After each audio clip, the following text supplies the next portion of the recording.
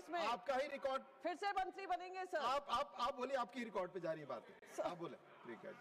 Amid the complex global circumstances prevailing at present, India is playing the role of a bridge in the world. ये उनके शब्द हैं। At the same time, it has remained steadfast in its resolve of India first.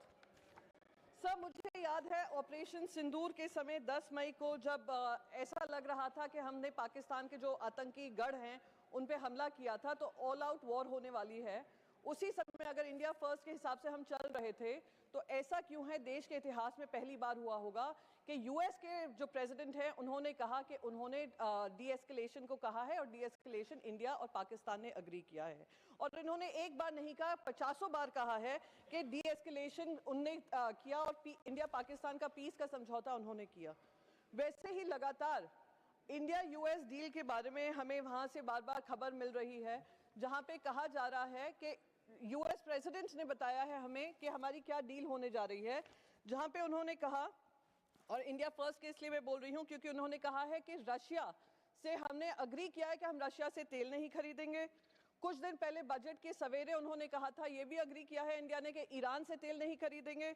और जब budget पेश हुआ तो जो चाबहार पोर्ट के बारे में बजट एलोकेशन होता था, इस बार बजट एलोकेशन नहीं हुआ है, बल्कि एक न्यूज़ रिपोर्ट ये बताती है कि हमने अपने हाथ पल्ला झाड़ दिया है चाबहार पोर्ट से। क्या ये इंडिया फर्स्ट हमारी स्ट्रैटेजी है? मैं ये पूछना चाहती हूँ इस माध्यम से, होपफुली ऑनरेबल प्राइम मिनिस्टर इसका जवाब देंगे। दुख इस बात का होता है कि कॉमर्स मिनिस्टर जो थे, कॉमर्स मिनिस्टर जब राज्यसभा चल रही थी, राज्यसभा में आकर अपना वक्तव्य नहीं दिया, उन्होंने पहले मीडिया को बात साझा की और मीडिया के सामने भी वो जो गाइडलाइंस हैं, जो फ्रेमवर्क है, उसके बारे में कुछ नहीं बता सके। ना उन्होंने प्रेसिडेंट ट्रंप की कही हुई चीजों का खंडन किया। फिर नेक्स्ट डे आकर उन्होंने बात की है। आज वॉशिंगटन में हमारे फॉरेन मिनिस्टर हैं, फॉरेन मिनिस्टर ये कह रहे हैं कि अभी तक कोई भी उनको पता नहीं है कि क्या गाइडलाइंस हैं, क्या फ्रेमवर्क है, ये सब कॉमर्स मिनिस्टर हैंडल करेंगे। यानी हमारे देश के फॉरेन मिनिस्टर भी वॉशिंगटन में बैठे हैं, पर उनको ये नहीं पता है कि क्या यूएस इंडिया ट्रेड डील हुई है, जिसकी वाह भाई वाह ये लोग हर स्पीच में लूटे जा रहे हैं।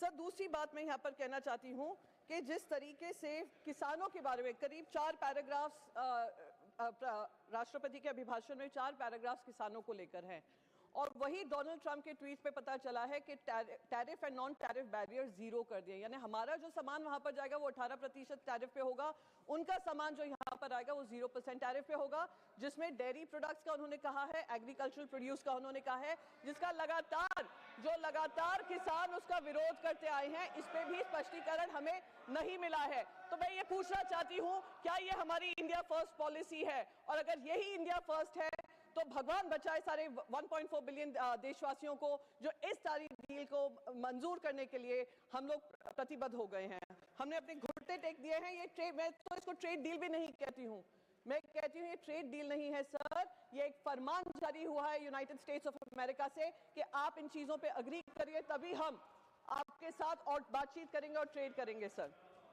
दूसरी बात उन्होंने बाबा साहेब अंबेडकर जी के बारे में, सोशल जस्टिस के बारे में कही। बिल्कुल स्वागत करती हूं कि सोशल जस्टिस के बारे में बात होनी चाहिए।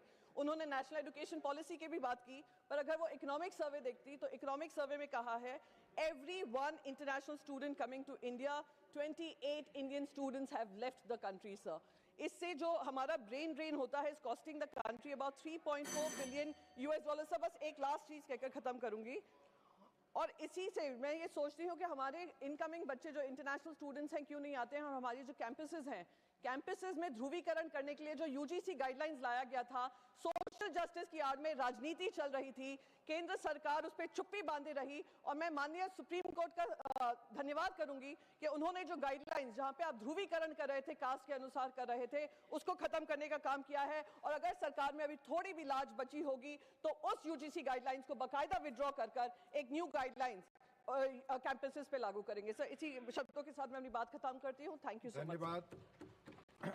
श्रीमती दर्शना सिंह जी, श्रीमती दर्शना सिंह जी, आपका नाम है? बोल दो बहन जी, बोल दो। ये श्रीमती दर्शना सिंह, बोल दो बहन जी।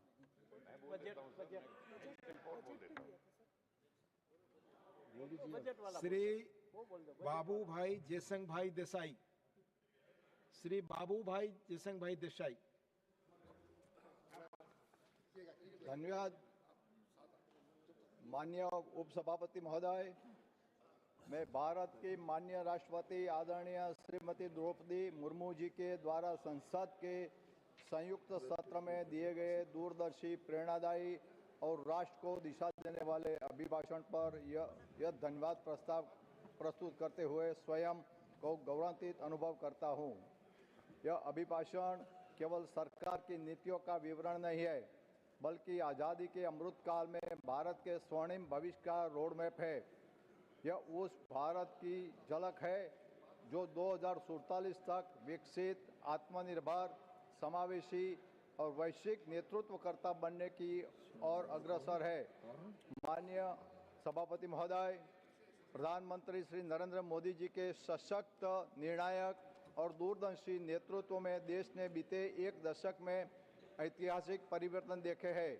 सबका साथ, सबका विकास, सबका विश्वास और सबका प्रयास आज केवल नारा नहीं, बल्कि शासन का मूल मंत्र बन चुका है। नेतृत्व ऐसा हो तो राह बनती है और राष्ट्र की दिशा खुद तय होती है। माननीय अध्यक्ष महोदय,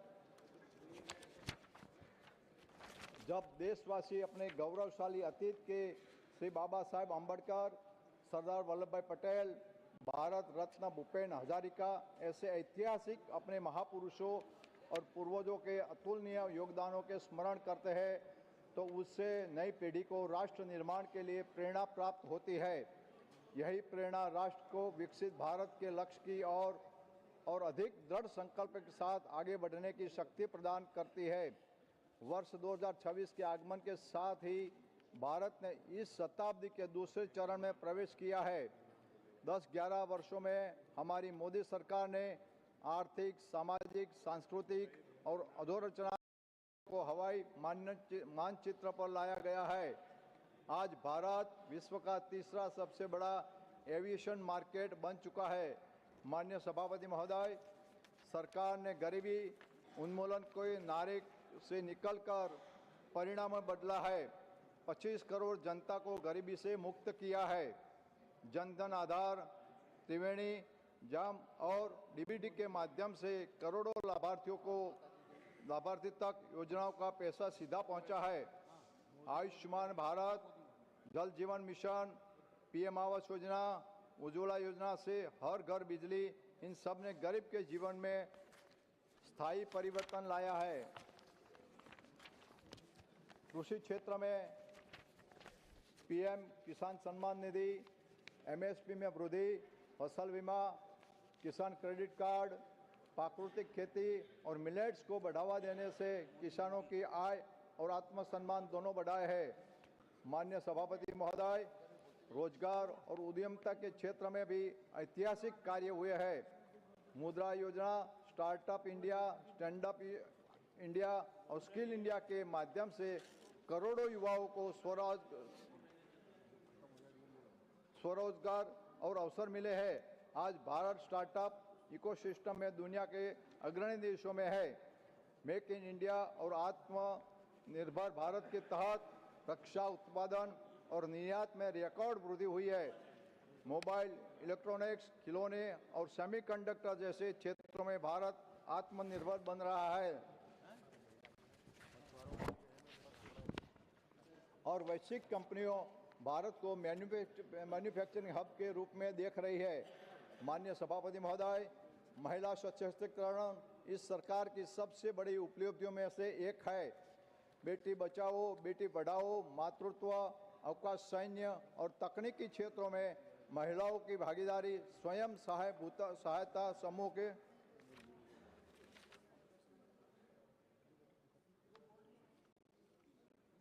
बेटी बचाओ, बेटी पढ़ाओ और मातृत्व, अवकाश, सैन्य और तकनीकी क्षेत्रों में महिलाओं की भागीदारी, स्वयं सहायता समूह को आर्थिक बल, इन सब ने नारी शक्ति को नई ऊंचाई दी है।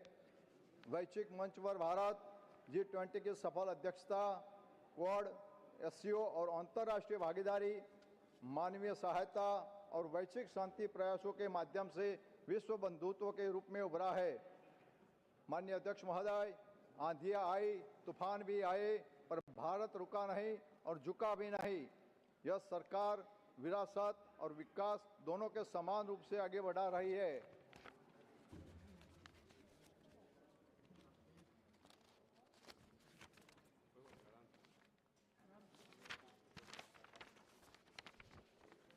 काशी, अयोध्या, केदारनाथ से लेकर डिजिटल इंडिया, 5G और अंतरिक्ष मिशनों तक भारत अपनी बड़ी जड़ों से जुड़कर भविष्य की ओर बढ़ रहा है। साथ ही अंतरिक्ष क्षेत्र में भारत नए युग में प्रवेश कर रहा है। युवा अंतरिक्ष यात्री शुभांशु शुक्ला की अंतर्राष्ट्रीय अंतरिक्ष स्टेशन यात्रा, गगनयान मिशन और भविष्य में भारतीय अंतरिक्ष स्टेशन की परिकल्पना देश के वैज्ञानिक क्षमता और आत्मविश्वास का प्रतीक है।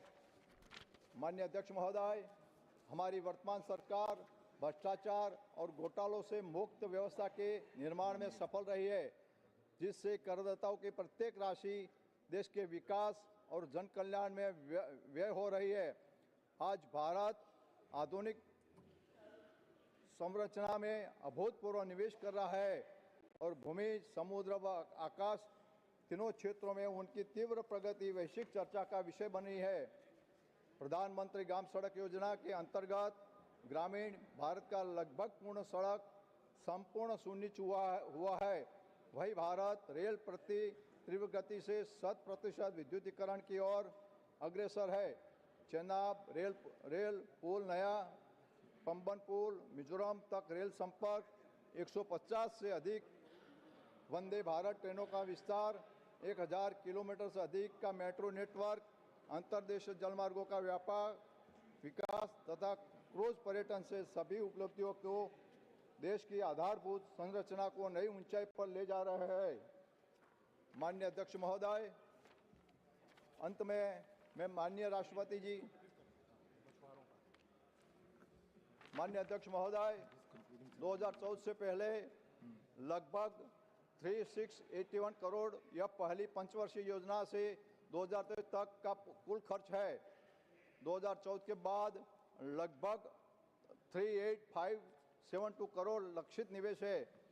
वार्षिक मछली उत्पादनों में 1006% से अधिक की वृद्धि हुई है, जो वित्त वर्ष 2013-14 में 95.79 लाख टन से बढ़कर वित्त वर्ष 2024-25 में रिकॉर्ड 197.75 लाख टन हो गया है। अंतर्देशीय मत्स्य पालन और जलीय कृषि प्रमुख विकास चालक के रूप में उभरे हैं, जिन्होंने इसी अवधि में 147% की वृद्धि दर्ज की है, जो 61.36 लाख टन को बढ़कर 151.6 लाख टन हो गया है। माननीय अध्यक्ष महोदय, भारत के समुद्री खाद्य निर्यात में दोगुनी वृद्धि हुई है, जो वित्त वर्ष 2013-14 में 30,230 करोड़ रुपये से बढ़कर वित्त वर्ष में 2,000 करोड़ रुपये हो गया है।